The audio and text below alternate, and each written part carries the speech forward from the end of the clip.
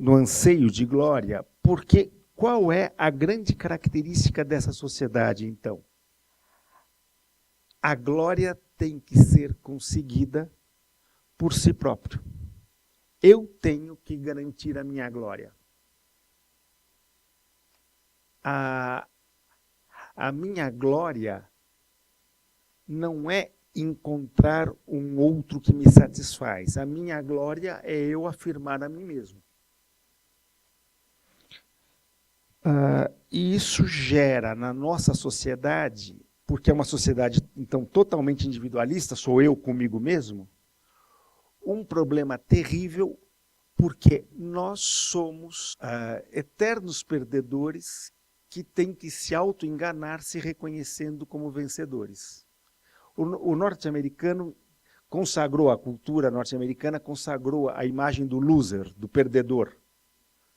E a cultura norte-americana é aquela que tem que eliminar a pessoa tem que eliminar a possibilidade dele ser um loser. Ele não pode ser um perdedor, ele tem que ser um ganhador. Mas de quem ele perde? Ele perde da vida. Ele não perde só de um outro, ele perde da vida. E todos nós perdemos da vida, porque todos nós morremos um dia. Todos nós somos losers sobre esse aspecto. Todos nós um dia perdemos a potência da juventude. Então somos sempre perdedores e a nossa vida tem que ser um auto-enganar-se de que nós não seremos losers. Isso vai entrar direto na questão agora do anseio de glória e do problema da liderança. Por que nós temos uma época em que é tão difícil encontrar líderes?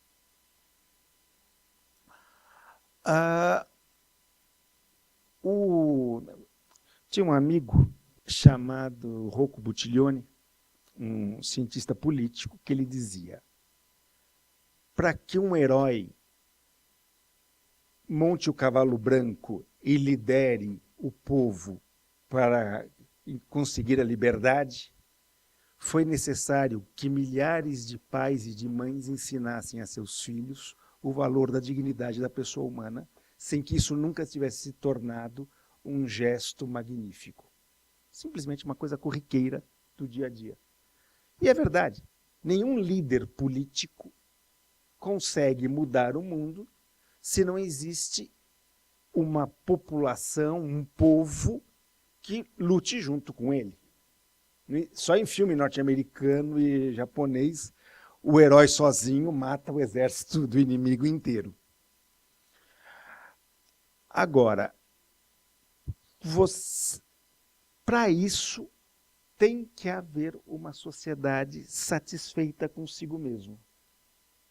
De alguma forma, a sociedade tem que encontrar uma resposta social, cultural para os seus anseios, para poder indicar para aquele líder qual é o caminho a seguir.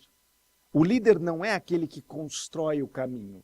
O líder é aquele que identifica na sociedade, no povo,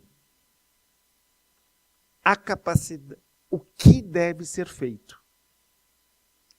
O líder, muito mais do que aquele que direciona, é aquele que canaliza, que faz com que a força de todos vá convergindo para um certo ponto. Qual é o nosso problema? Numa sociedade que há um século se organiza sistematicamente, porque isso é um problema de muito tempo, mas pelo menos o século XX é o século que se organiza socialmente para a fragmentação. Essa é a grande armadilha da dominação, da hegemonia ao longo do século XX. A hegemonia se faz com cada um tentando cuidar da própria vida. Se cada um só cuida da própria vida, quem está no poder pode cuidar de todos e permanecer sempre cuidando de todos. Então, nessa sociedade, não existe como surgir o herói do cavalo branco, porque não existe aquele pano de fundo que permitiria a ele surgir. E aí vocês entram, é a coisa tremenda da sociedade pós-moderna, que volta a ser uma sociedade dos primeiros cristãos. Os valores humanos que constroem uma sociedade laica, uma sociedade não religiosa, se tornaram tão tênues, tão difíceis de ser identificados e construir e servirem de base para uma construção, que você volta à necessidade de se referir a Deus para conseguir construir os valores comuns. Porque durante o período que nós chamamos de modernidade, a ideia das elites intelectuais era que o homem, por si só, seria capaz de encontrar a resposta de todos os seus problemas. Os grandes líderes intelectuais e políticos trariam a paz. Só que o que você descobre depois de um tempo? Que essa capacidade de liderança intelectual e política para construir o bem comum não está dada. Ela foi construída por um tipo humano que se desenvolveu na nossa sociedade a partir do cristianismo. E quando a base cristã é retirada, deixa de haver a condição para construir o bem comum. Nós continuamos vivendo numa terra dividida por dois reinos. E aqui eu gostaria de falar um pouquinho sobre a divisão. Nós sabemos que a divisão entra no mundo pelo pecado original. O pecado original origina todas as divisões. Você sabe que a palavra diabolo é o elemento que divide. Na seringa, embolo é o elemento que empurra. E na fé, símbolo é o elemento que unifica. Símbolo, síntese, simpático. Todas as palavras que começam com sim têm esse sentido da unidade. E o elemento que sintetiza, que simboliza a unidade é o próprio Cristo. O credo que nós rezamos nas celebrações, creio em Deus Pai Todo-Poderoso, Criador do céu e da terra, é um símbolo que unifica toda a igreja em torno da mesma fé. É o Cristo mesmo, que é caminho, verdade e vida, que reúne, que responde a essa sede de unidade que nós temos, de comunhão. Mas sabemos que a gente vive no mundo cão, no mundo da divisão, né? No mundo como disse Eliakim, uns mordendo aos outros, né? Com a fome, pensando que vão se saciar, roubando, se apropriando do que é do outro, ferindo a dignidade do outro. E nós estamos vivendo um momento muito dividido na política brasileira, na política norte-americana, na relação entre palestinos e israelenses, nos conflitos na Síria, no conflito entre a Coreia do Sul e a Coreia do Norte. Ontem o presidente da Coreia do Norte fez mais algumas experiências com explosões atômicas. Hoje as Nações Unidas estão fazendo uma moção de repúdio aos testes que têm sido feitos na Coreia do Norte. É um conflito permanente entre Coreia do Sul e Coreia do Norte. Esse é o mundo em que nós vivemos. E esse anseio de glória, que ele é quem falou, que está ligado à liderança, nada mais é do que, em lugar da gente ter coisas para não se gloriar, coisas que a gente tem até vergonha e medo, o anseio humano é compartilhar a glória de Deus, a perfeição da glória e do reino de Deus, que é um reino de unidade, que é um reino de paz. E o oposto do sentido da glória, dessa fome de glória, que é possível ser saciada graças ao temor de Deus, ao dom do Espírito Santo, que é o temor de Deus, que é submeter-se a Deus como Deus, Criador, verdade, vida, o oposto disso é a inveja. Por que a política é tão marcada pela inveja? Na defesa da presidente Dilma, ela disse da inveja e do ódio do deputado federal Eduardo Cunha. A inveja, né? A rixa, e que é o oposto desse mundo que Deus nos promete, né? Eu aprendi com ele aqui, a Carta aos Filipenses, capítulo 4, versículo 8, fala dessa fome da paz, da nobreza. Diz assim: finalmente, irmãos, ocupai-vos com tudo o que é verdadeiro, a verdade, tudo que é nobre, justo, puro, amável, honroso, virtuoso, ou que de qualquer modo mereça louvor. O que aprendestes e herdastes, o que ouvistes e observastes em mim, isso praticai. Então o Deus da paz estará convosco. Olha as palavras: aprender, herdar, ouvir e observar. É tudo o que um líder quer. É tudo o que um mestre quer. Que seus discípulos aprendam, herdem aquela sabedoria, escutem, observem. E nós sabemos que o líder, sobretudo, dá testemunho. O governador Montoro, que foi governador de estado, um democrata cristão para valer, na década de 80, dizia uma frase que nós conhecemos: a palavra convence, mas o testemunho arrasta. A palavra convence, mas o testemunho arrasta. O Papa Francisco tem falado muito de uma nova estratégia para a ação católica, para a ação dos cristãos no mundo.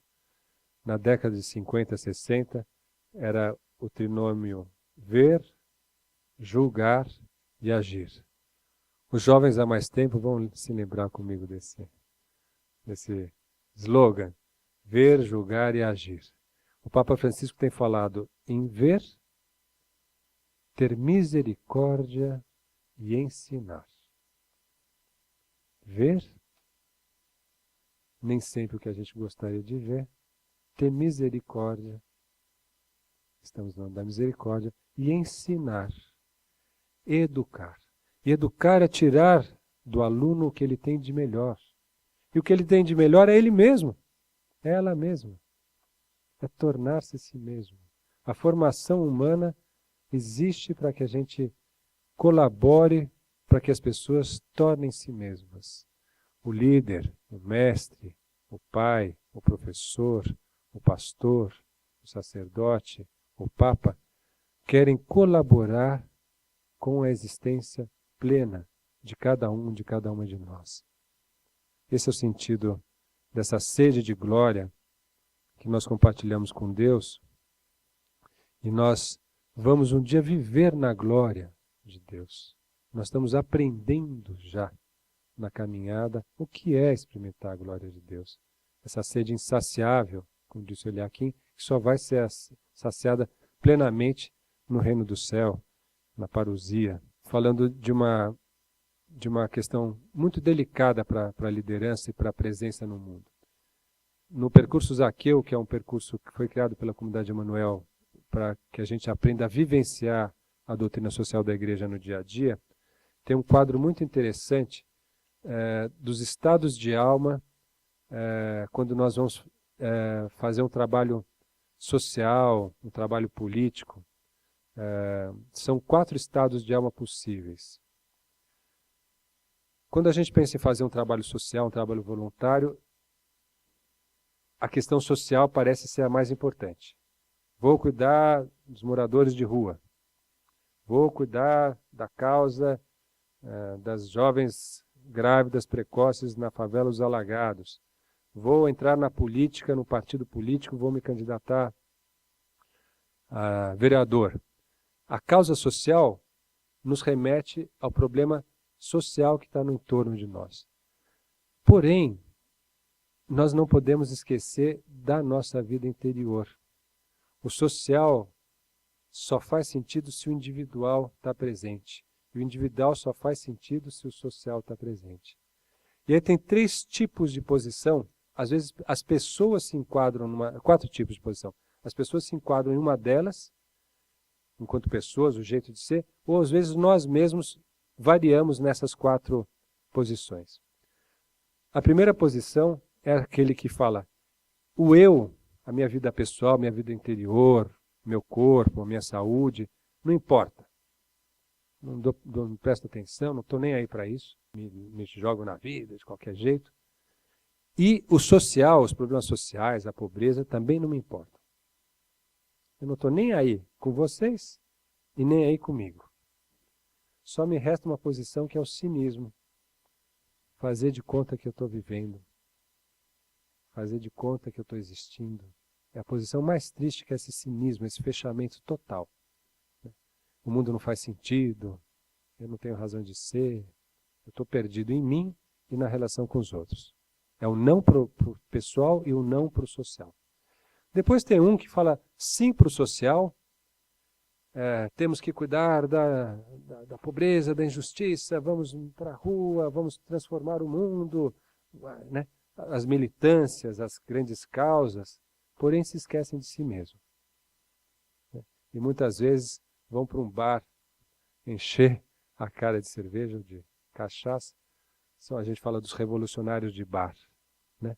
São os militantes errantes, porque estão perdidos, não sabem quem são, mas têm uma grande causa para lutar. Vocês conhecem alguém assim? Depois tem um que diz um sim para si mesmo, mas não está nem aí com os outros. Que é o egoísta. Eu, minha barriga, meu carro, meu celular, minha vida, meu emprego, minha segurança, né? Vocês conhecem alguém também? Existem pessoas com essas características, mas nós mesmos passamos pelas 3 patologias. Está fechado para a gente, para o outro, está fechado para si, mas não para o outro, ou está fechado para o outro, mas e não para si. A 4ª posição, que é a mais equilibrada, é aquele que presta atenção em si e presta atenção no outro, simultaneamente. Acho que a leitura de hoje do Evangelho fala do corpo de Cristo, que Cristo é a cabeça, a unidade com vários dons. Nós somos um em comunhão com Cristo e, ao mesmo tempo, singulares pessoas, irrepetíveis, inclonáveis. Não dá para clonar o Zé Mário, graças a Deus. É um só Zé Mário, com seus defeitos, suas qualidades, um só. Então, isso é importante porque nós estamos no mundo, somos sal da terra, fermento na massa.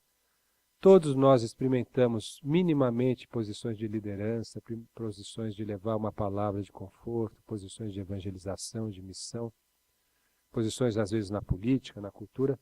Então eu deixo esse recado da gente prestar atenção, estar atento. Quando a gente está no mundo, se eu estou atento, ao mesmo tempo, para mim e para quem está comigo, né, cuidando dessas 2 dimensões nessa caminhada. Eu gostaria de concluir toda essa explanação